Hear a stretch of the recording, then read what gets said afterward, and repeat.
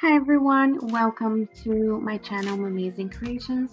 Today I would like to show you how to do an easy dot nail art for beginners. What we're going to be using today is the yellow, blue, and green color, and also a bobby pin for the dots.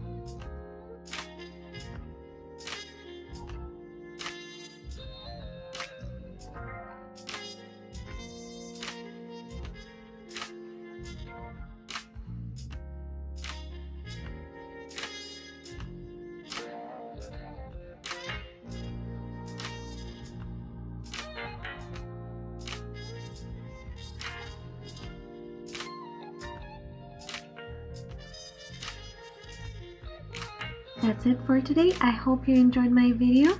Thank you for watching, and don't forget to like and subscribe for more videos every week.